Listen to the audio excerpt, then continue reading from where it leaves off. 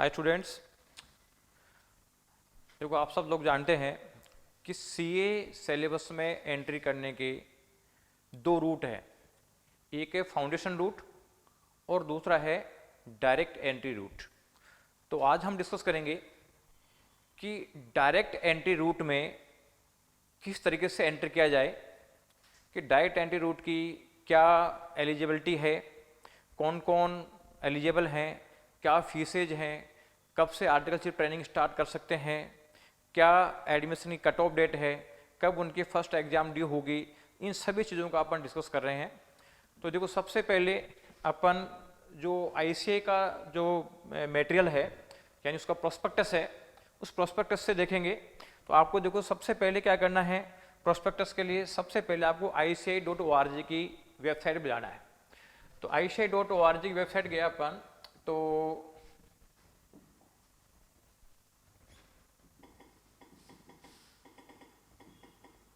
ये ICAI.org की website अपन open करेंगे।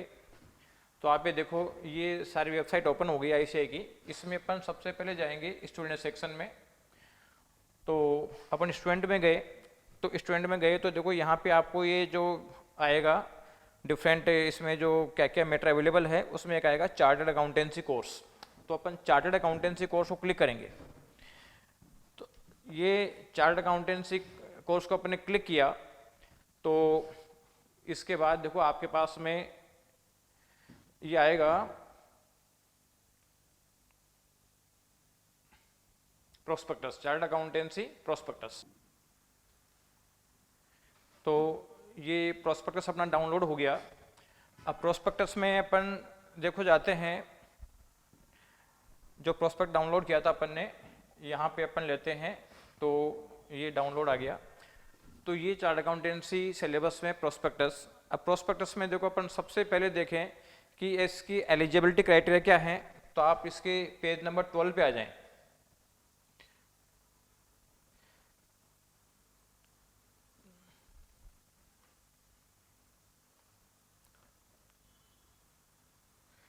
प्रोस्पेक्टस का जो पेज नंबर 12 है,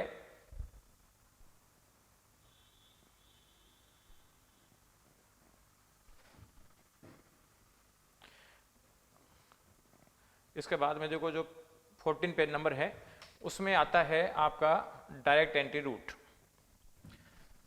ये डायरेक्ट एंट्री रूट है। अब इसमें देखो एलिजिबिलिटी किस किस की है, कौन कौन बच्चा एलिजिबल है, इसकी बात करें अपन तो उसमें दो तरीके की एलिजिबिलिटी दिखा रखी है।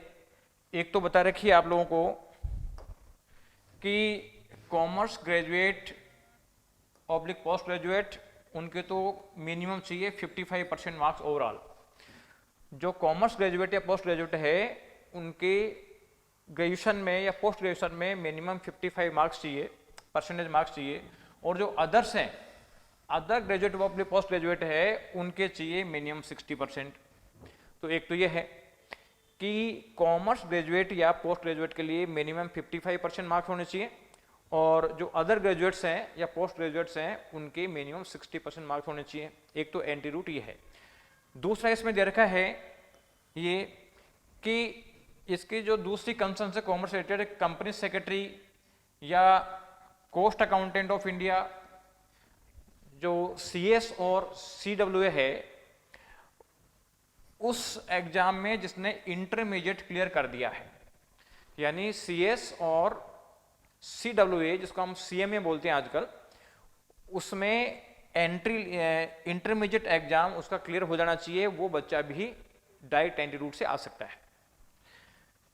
तो इसके लिए मिनिमम परसेंटेज मार्क्स नहीं चाहिए, क्योंकि इसमें 50% मार्क्स पासिंग के लिए होता है।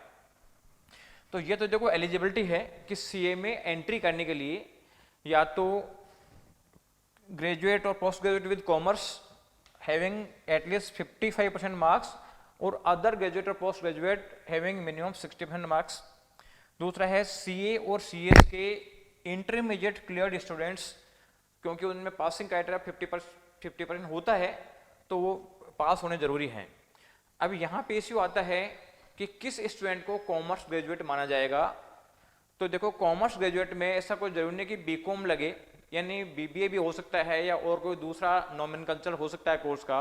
बस उसने डेफिनेशन दे रखी है कि कॉमर्स ग्रेजुएट का मतलब, देखो यहाँ पे अपन आगे की बात करें, कॉमर्स ग्रेजुएट की बात करें अपन, तो यहाँ पे हमें बता रहा है कि ये जो डिफरेंट कोर्स है, जैसे जो उसका ग्रेजुएशन है उसमें या तो accounting, auditing, mercantile law, corporate law, economics, management, taxation, चाहे डायरेक्ट हो या इनडायरेक्ट हो, कॉस्टिंग, और ये जो डिफरेंट चीज दे रखी है, इसमें से कम से कम 3, इसमें से कम 3 पेपर्स, ये जो डिफरेंट सब्जेक्ट बताए हैं कि accounting, auditing, mercantile law, corporate law, economics, management, taxation, costing, business administration और बिजनेस और मैनेजमेंट अकाउंटिंग, इसी टाइप के जो सब्जेक्ट है, इसमें से कम 3 सब्जेक्ट उसने ग्रेजुएशन में पढ़े हों। यानी जो डिफरेंट सब्जेक्ट दे रखे हैं उसमें से कम 3 सब्जेक्ट पढ़े हों, और उसका वेटेज कितना होना चाहिए कि कोई सा भी पेपर 50 मार्क्स से कम का नहीं होना चाहिए, और पूरे ग्रेजुएशन में कम से कम 100 मार्क्स का ये होना चाहिए। तो कुल मिला के ये जो इतने पेपर दे रखे हैं, इन पेपर में से इन सब्जेक्ट्स में से कोई से भी 3 सब्जेक्ट पढ़े हों जिसका किसी भी सेशन में मिनिमम 50 मार्क्स का वेटेज होना चाहिए, और ओवरऑल मिनिमम 100 मार्क्स का वेटेज पर पेपर होना जरूरी है, तो उसको कॉमर्स ग्रेजुएट मान लिया जाएगा, चाहे साथ में बीकॉम एमकॉम लगे या नहीं लगे, और कुछ भी लग सकता है, कोई दिक्कत नहीं है। तो ये तो देखो आपका हो गया ग्रेजुएशन की एलिजिबिलिटी। अब इसमें एक जो और बाईपास दे रखा है कि जो ग्रेजुएशन है, तो ये जरूरी नहीं कि आप ग्रेजुएशन के बाद में ही एनरोल करो, आपको एक प्रोविजनल एडमिशन का कंसेप्ट और दे रखा है। यानी यहां पे आपको कह रखा है कि जो कैंडिडेट ग्रेजुएशन फाइनल ईयर में है, जो ग्रेजुएशन के फाइनल ईयर में है, वो सीए के लिए एनरोल कर सकता है बिफोर ग्रेजुएशन। अब बिफोर ग्रेजुएशन वो रजिस्ट्रेशन कर लेगा तो ये प्रोविजनल रजिस्ट्रेशन कहलाएगा, और उसके बाद में इसको ये कह रखा है कि आपको एग्जाम के विदिन 6 मंथ, जब आपकी एग्जाम हो जाएगी ग्रेजुएशन की फाइनल एग्जाम, उसके विदिन 6 मंथ अगर वो पास होने का प्रूफ प्रोवाइड कर देगा तो ये एडमिशन इसका कंफर्म एडमिशन में ट्रांसफर कर दिया जाएगा। यानी उसको क्या करना है, अगर बिफोर ग्रेजुएशन यानी फाइनल ईयर में वो रजिस्ट्रेशन करा देता है प्रोविजनल बेसिस पे, तो जब वो ग्रेजुएशन फाइनल ईयर में अपेयर होगा उसके विदिन 6 मंथ उसको पासिंग का प्रूफ आईसीआई को प्रोवाइड करना पड़ेगा, तो आईसीआई इसको सीए फाइनल में, ये सीए की इंटरमीडिएट कोर्स के लिए एलिजिबल मान लेगा। अब देखो इस फील्ड में क्या कर सकते हैं अपन, तो ये जो डिफरेंट स्टेप्स है इसकी कि आगे क्या क्या स्टेप्स आप फॉलो करना है डायरेक्ट एंट्री रूट में, तो देखो इसने बता रखा है कि एलिजिबल ग्रेजुएट पोस्ट ग्रेजुएट, देखो इसमें 2 तरीके की स्कीम अलग अलग पढ़ेंगे अपन, एक तो सीएस वाली स्कीम अलग है और ग्रेजुएशन पोस्ट ग्रेजुएशन वाली स्कीम अलग है, दोनों के लिए तरीका अलग अलग है। तो यहां बता रखा है अपन को eligible graduate and post graduate. तो इसमें अपन क्या करेंगे, सबसे पहले बोर्ड ऑफ स्टडीज में इंटरमीडिएट के लिए रजिस्ट्रेशन कराएंगे। किस वेबसाइट पे कहाँ कराएंगे अभी अपन आगे डिस्कस करेंगे कि register with the board of studies for the intermediate course, ये आपने ये करा लिया। और ये कब करा सकते हो, अगर प्रोविजनल बेसिस पे तो फाइनल ईयर में करा सकते हो, और कंफर्म बेसिस पे ग्रेजुएशन या पोस्ट ग्रेजुएशन का रिजल्ट आने के बाद में। अब आपको क्या करना है, इसके बाद में ये जो successfully completion of 4 week ICI TSS, यानी इसको अपन जनरल लैंग्वेज में बोलते हैं IT एंड OT का ट्रेनिंग बोलते हैं। तो ये IT OT कंप्लीट करनी पड़ेगी आपको। ये IT OT सी इंस्टीट्यूट ही डिफरेंट ब्रांचेज के थ्रू प्रोवाइड कराता है। इसके बाद में आपको क्या करना है कि देखो जो बच्चे प्रोविजनल रजिस्टर्ड हुए हैं वो प्रोविजन पीरियड में यानी ग्रेजुएशन का रिजल्ट आने के बीच में ये ट्रेनिंग दोनों कंप्लीट कर सकते हैं। और जो बच्चे ग्रेजुएशन करने के बाद में आ रहे हैं उनको भी रजिस्ट्रेशन के बाद में दोनों ट्रेनिंग करनी पड़ेगी। और दोनों ट्रेनिंग करने के बाद में register for the 3 years practical training, यानी ये किसी सीए के अंडर में आपको जो प्रैक्टिसिंग चार्टर्ड अकाउंटेंट है उनके अंडर में आपको ट्रेनिंग स्टार्ट करनी पड़ेगी। तो अब इसमें देखो किस तरीके से कर सकते हैं अपन कि जब ये प्रैक्टिकल ट्रेनिंग स्टार्ट हो जाएगी उसके बाद में आपके एग्जाम की एलिजिबिलिटी बनेगी। जो स्टूडेंट प्रोविजनल बेसिस पे हैं, जो अभी फाइनल ईयर कर रहे हैं अभी, उनके लिए एडवाइजेबल है कि अभी वो सीए में इंटरमीडिएट का रजिस्ट्रेशन कराएं और आईटी और ओटी की ट्रेनिंग कंप्लीट कर लें, और जब ग्रेजुएशन का रिजल्ट आएगा तो रिजल्ट आते ही वो अपना ट्रेनिंग स्टार्ट कर दें। अगर उन्होंने ग्रेजुएशन का रिजल्ट आने के बाद में ट्रेनिंग स्टार्ट किया तो ऐसे केस में उनको पहले आईटी और ओटी का ट्रेनिंग करना पड़ेगा। तो आईटी और ओटी के ट्रेनिंग में लगभग एक महीने का टाइम लगता है, तो 2 महीने आपके वेस्ट हो जाएंगे। तो अगर फाइनल ईयर में हो तो पहले आप रजिस्ट्रेशन करा के आईटी ओटी की ट्रेनिंग कंप्लीट कर लो, जैसे ही रिजल्ट आएगा ग्रेजुएशन का, और आप सीए की प्रैक्टिकल ट्रेनिंग स्टार्ट कर दो। और मान लीजिए आप ग्रेजुएशन कर चुके हो तो पहले आपको इंटरमीडिएट का रजिस्ट्रेशन कराना पड़ेगा आईसीआई में, और उसके बाद में आपको आईटी ओटी की ट्रेनिंग करनी पड़ेगी, और उसके बाद में आपको प्रैक्टिकल ट्रेनिंग स्टार्ट कर सकते हो। और देखो इसमें आपको दे रखा है कि इंटरमीडिएट के एग्जाम कब एलिजिबल होगी, यानी आपकी after 9 month of practical training, यानी जिस दिन से आपका सीए का ट्रेनिंग स्टार्ट हो गया उस दिन के 9 मंथ के बाद में जो एग्जाम ड्यू होगी उस एग्जाम में आप बैठ सकते हैं। तो इसके 9 मंथ कब होंगे ये बात करें अपन, तो देखो ये जो नवंबर अटेम्प्ट और दूसरा मई अटेम्प्ट के लिए, अगर आपको नवंबर अटेम्प्ट देना है तो कुल मिला के आपको 31 जनवरी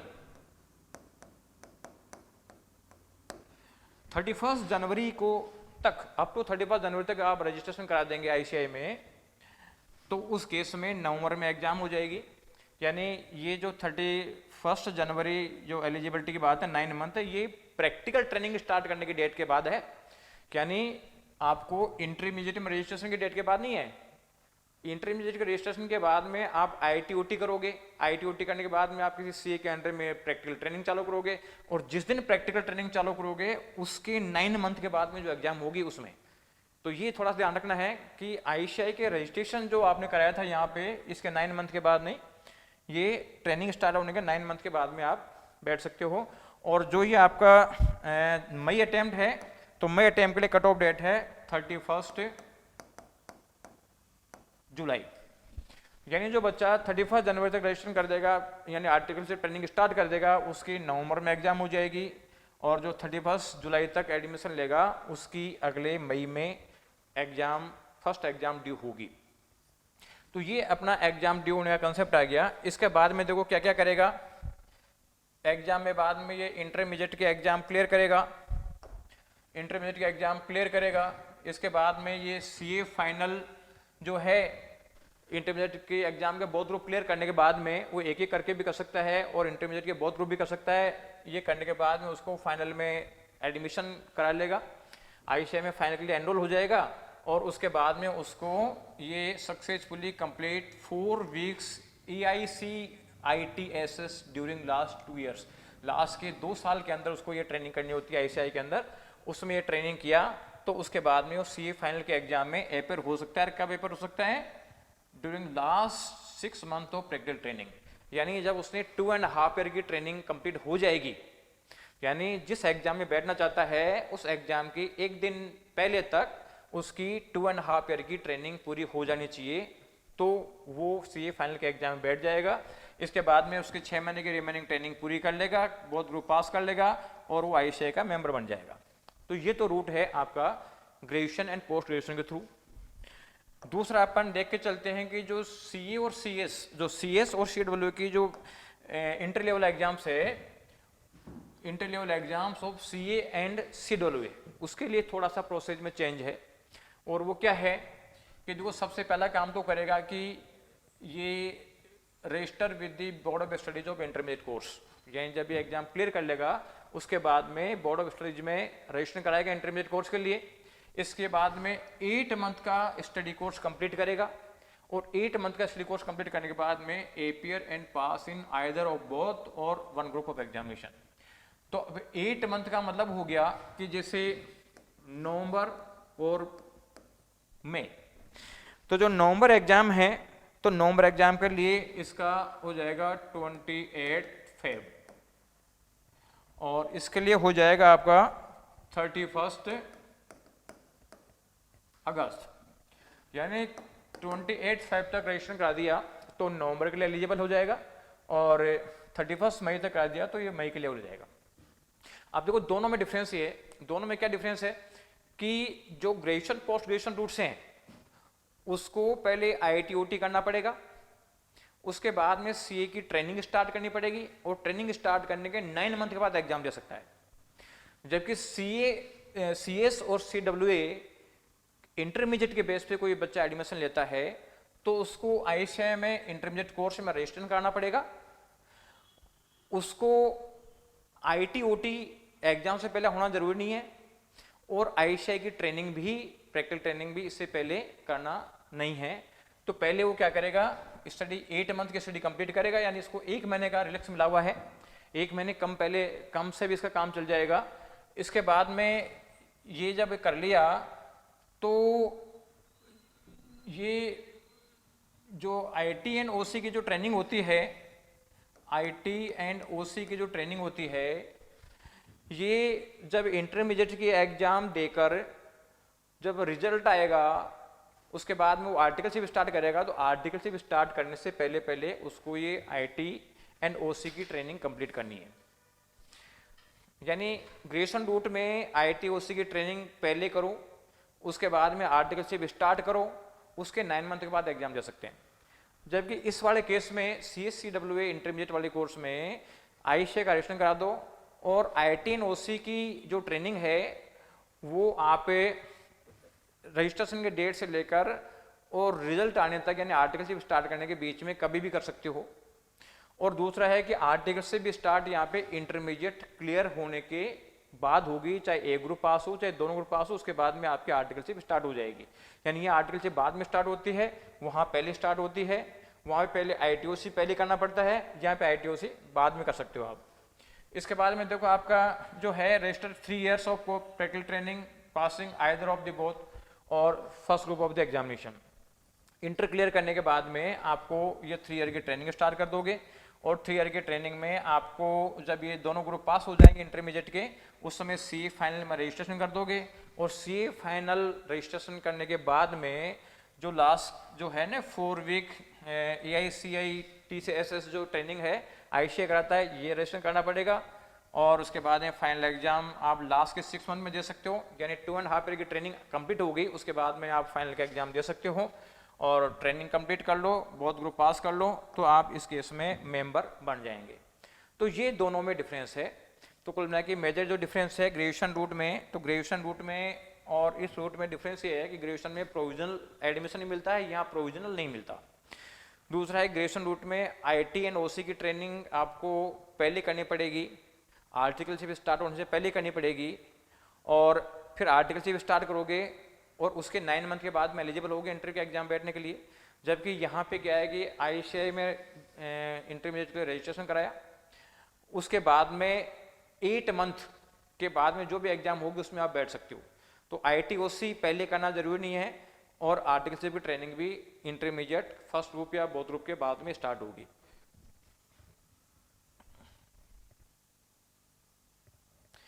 अब देखो यहाँ पे इसके और आगे चलें अपन कि इसका फ्लो चार्ट देखें अपन, थोड़ा सा और ढंग से डिटेल क्लियर हो जाएगा ये।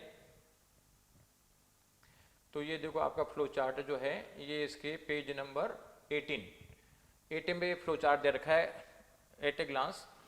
तो इसमें देखो आपको ये जो फाउंडेशन रूट का दे रखा है, तो फाउंडेशन रूट तो अपने को अभी देखना ही नहीं है, अपने को डायरेक्ट एंट्री स्कीम देखें। तो डायरेक्ट एंट्री स्कीम में देखो आपको एक दे रखा है कि इंटरमीडिएट पास आउट स्टूडेंट जो है कंपनी सेक्रेटरी और CWA के, और दूसरा है commerce graduate and other graduate post graduate. तो देखो यहाँ पे जो इंटरमीडिएट पास आउट स्टूडेंट है वो रजिस्ट्रेशन फॉर ये इंटरमीडिएट कोर्स करा देंगे, इसके बाद में वो इंटरमीडिएट के एग्जाम में अपेयर हो जाएंगे 8 मंथ के बाद में। इसके बाद में IIT-OT का कोर्स करके और 3 years की ट्रेनिंग स्टार्ट कर देंगे, और लास्ट के 2.5 year बचेंगे, उस समय वो फाइनल के एग्जाम में बैठ के और एग्जाम क्लियर कर लेगा।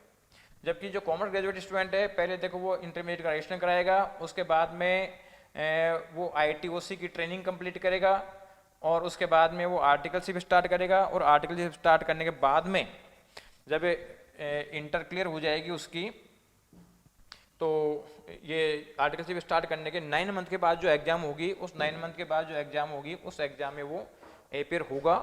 और अपेयर होने के बाद में जब उसके फाइनल के लिए उसको जो ITOC की ट्रेनिंग करनी पड़ेगी और लास्ट के 6 मंथ में CA फाइनल के एग्जाम में बैठ सकता है, ट्रेनिंग कंप्लीट करेगा और CA फाइनल क्लियर करके मेंबर्स बन जाएगा। ये इनकी दोनों का फ्लो चार्ट के बेसिस पे हमने समझ लिया। अब देखो फीसेज की बात करें अपन, तो फीसेज का जो दे रखा है इसके पेज नंबर 37 पे, प्रोस्पेक्टस का 37 पेज नंबर अपन ने देखा तो वहां पे फीसेज के बारे में इंफॉर्मेशन है।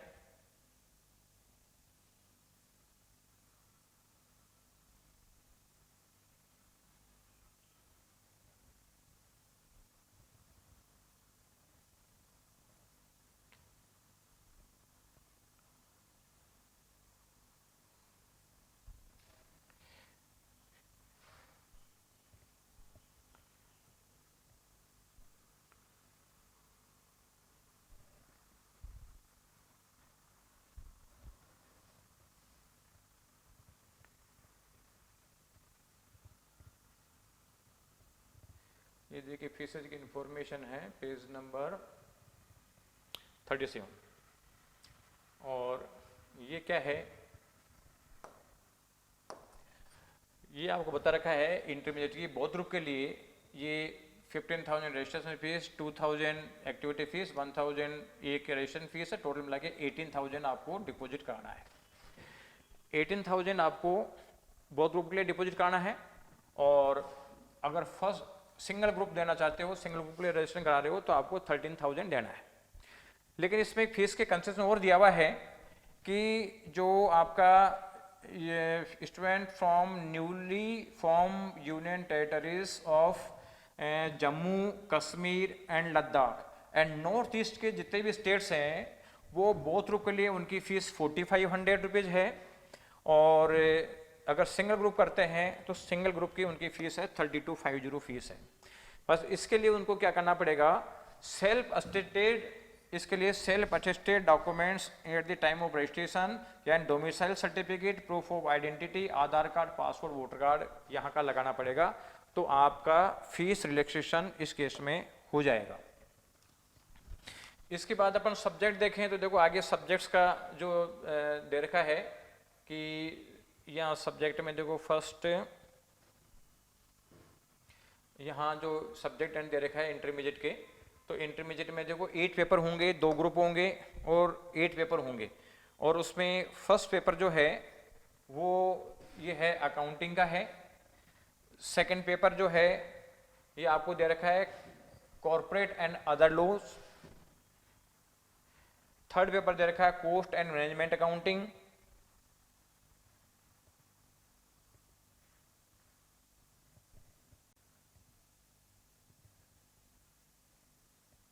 एंड फोर्थ पेपर है टैक्सेशन का। तो 4 पेपर तो फर्स्ट ग्रुप के हो गए। सेकंड ग्रुप की बात करें, सेकंड ग्रुप में पहला पेपर है एडवांस अकाउंटिंग यानी पेपर नंबर 5, सेकंड ग्रुप का फर्स्ट पेपर है। और वैसे 5th नंबर पेपर है एडवांस अकाउंटिंग। दूसरा पेपर है ऑडिटिंग एंड एश्योरेंस यानी ये बोथ ग्रुप का पेपर नंबर 6 और सेकंड ग्रुप का सेकंड। और इसके बाद में 7th नंबर पेपर है enterprises information system and strategic management.